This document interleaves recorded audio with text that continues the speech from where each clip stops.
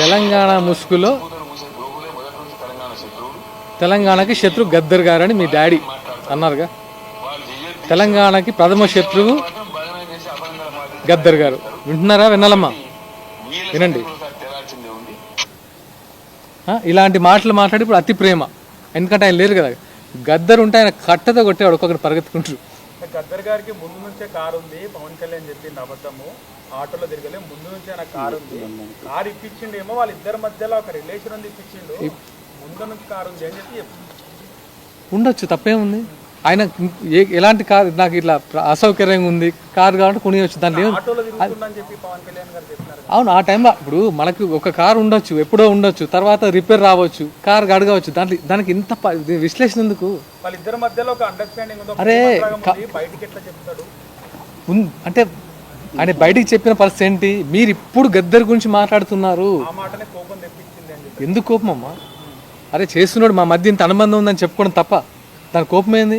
మీరు గద్దర్ గారిని యూజ్ చేసుకున్నారంటే గద్దర్ గారిని ఎవరు యూజ్ చేసుకున్నారు? మా మధ్య ఇంత అనుబంధం ఉంది, నా జేబులో డబ్బులు మీ గద్దర్ గారే, మీ నాన్నగారు గద్దర్ గారే నేను పవన్ జేబులో నుంచి డబ్బులు తీసుకునే అంత చనం ఉందని చెప్పినప్పుడు అది మీకు అర్థం కదా. వాళ్ళిద్దరి మధ్య ఎంత చనం ఉందో. వాళ్ళిద్దరు ఫ్రెండ్స్ కావచ్చు.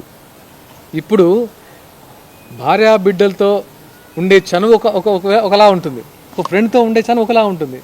మీకేం తెలుసు వాళ్ళిద్దరి మధ్య చనువు? వాళ్ళిద్దరి మధ్య అంత బాండింగ్ ఉంది, అంత అన్నదమ్ముల మధ్య బాండింగ్ ఉన్నప్పుడు ఆయన ఎక్స్ప్రెస్ చేశారుగా. ఒక పవన్ కళ్యాణ్ గారు ఎక్స్ప్రెస్ చేయలే కదా, గద్దర్ గారు కూడా ఎక్స్ప్రెస్ చేశారు కదా. అలాగే ప్రకాష్ రాజ్ గారు చేసిన కామెంట్స్ పైన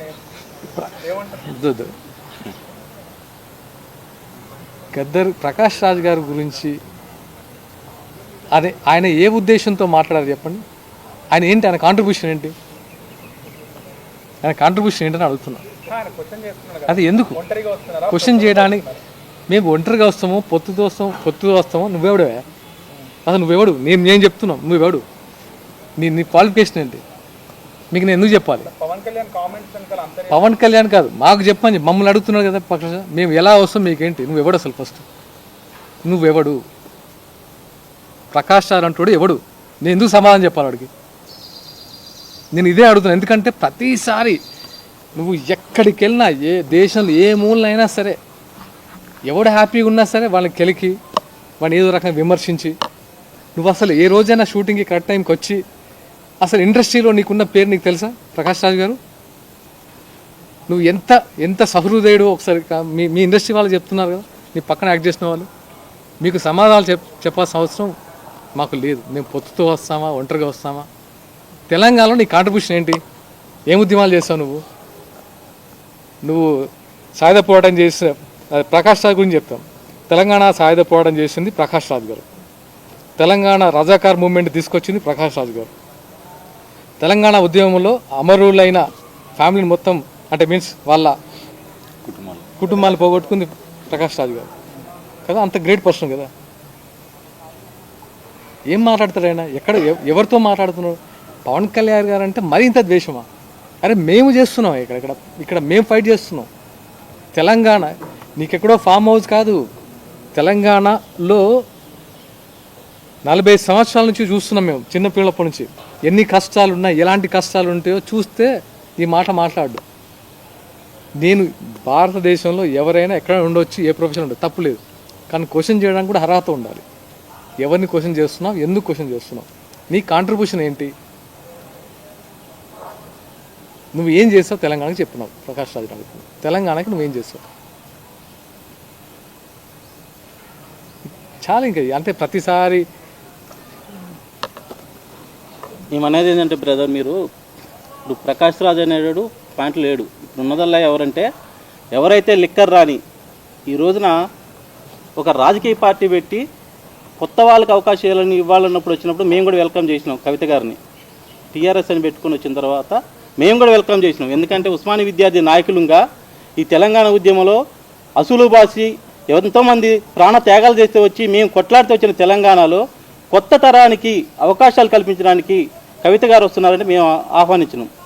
మేము ఒకటే అడుగుతూ ఉన్నాం కవితమ్మని, నువ్వు కవిత నుండి కవితమ్మగా మారినావు, ఇప్పుడు మీ కవితమ్మ నుండి మేము చెప్తా ఉన్నాం ఈ రాష్ట్రాన్ని పట్టిన దరిద్రం లిక్కర్ రాణిగా మారినావు అని చెప్పేసి మేము స్పష్టంగా చెప్తా ఉన్నాం. ఏదైతే నీ ఉద్దేశంతో ఏదైతే కొత్త వారికి అవకాశాలు ఇవ్వాలని నువ్వు వస్తున్నావో, పవన్ కళ్యాణ్ గారు కూడా ఎవరైతే ఇక్కడ తెలంగాణ కోసం కొట్లాడి వాళ్ళ యొక్క త్యాగాల నుండి ఈ రోజున అసెంబ్లీ బయట అంటే కనీసం కార్పొరేషన్ చైర్మన్లు కానీ కార్పొరేషన్లో డైరెక్టర్లు కానీ మెంబర్లు కానీ పరిస్థితిలో ఈ రోజున ఉస్మానియా విద్యార్థి నాయకులు అన్ని పార్టీలో ఉన్నారు. ఈ రోజున కవిత నేను సూటిగా అడుగుతా ఉన్నా, పవన్ కళ్యాణ్ గారికి ఈడేం పని అని చెప్పి అడుగుతూ ఉన్నావు కదా, నీతో పాటు పనిచేసినటువంటి రాజీవ్ సాగర్ గారికి నువ్వు తెలంగాణ 2.1.0లో ఏమిచ్చావు? అదేవిధంగా జాగృతి శ్రీకాంత్ గారికి ఏ అవకాశాలు కల్పించావు? శేఖర్ గారికి ఏ అవకాశాలు కల్పించావు? లింగం గారికి ఏ అవకాశాలు కల్పించావు? వీరు నువ్వు జాగృతి పెట్టిన కానుండి నీ వెన్నంటే ఉన్నారు కదా, వాళ్ళకి ఎటువంటి అవకాశాలు కల్పించావు 1.0లో? ఈ రోజున 2.0 అని తీసుకొచ్చేసి మేము అవకాశాలు కల్పిస్తాలంటే మీరు నమ్మాలా? ఇటువంటి అవకాశాలు ఈడున్నటువంటి దళిత బిడ్డల మాల మాదిగ బీసీ కమ్మరి కుమ్మరి గౌడ యాదవ విద్యార్థి నాయకులకి అవకాశాలు కల్పించడానికే ఈ రోజున పవన్ కళ్యాణ్ గారు ఈ యొక్క జనసేన పార్టీని ఈడ అభివృద్ధి చేయడానికి వస్తే నీకేంటి నొప్పి అంటున్నావు.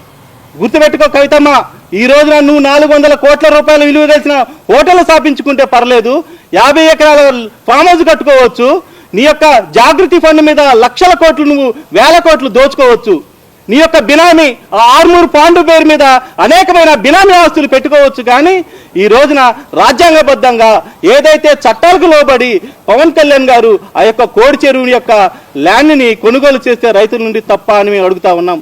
ఈ రోజు మేము చెప్తా ఉన్నా, ఈ రోజు వీళ్ళు కోడి చెరువు అంటే ఏం చేశారా అంటే కోడి చెరువు మీద కోడిగుడ్డు మీద ఈకలు బీకారు చివరికి. అదే జరిగింది. మీరు చదువుకోండి, మీరు ఒకసారి ఆ యొక్క ఏదైతే చెరువులు ఉన్నాయో శంకర్పల్లి మండలంలో దాదాపు 13 చెరువులు ఉన్నాయి. ఆ చెరువులని 2017లో స్వయారా మీ నాన్నగారే నోటిఫై చేశారు. ప్రైమరీ నోటిఫికేషన్ వచ్చిన తర్వాత 2024లో పూర్తిగా నోటిఫికేషన్ వచ్చింది. ఆ 13 చెరువుల్లో కూడా అన్ని పట్టా ల్యాండ్స్ ఉన్నాయి, ఒకసారి వెరిఫై చేసుకోమని చెప్పి మేము చెప్తా ఉన్నాం. కాబట్టి కవితక్క, నీ యొక్క లిక్కర్ రాని, అక్కడేమో డైమండ్ రాని, ఇక్కడేమో లిక్కర్ రాని, వీళ్ళు 2 రాష్ట్రాలకు పట్టిన దరిద్రాలు వీళ్ళు ఇక్కడ ఉంటే మాత్రం ఎటువంటి అవకాశాలు మాల మాదిగలకు కానీ బీసీ బిడ్డలకు కానీ వచ్చే అవకాశాలు లేవు. ఎంతో మంచి హృదయంతో ఈ రోజున రాజకీయ అవకాశాలు కల్పించాలని వస్తున్న పవన్ కళ్యాణ్ అడ్డుకుంటే ఖబర్దార్ హెచ్చరిస్తూ ఉన్నాం.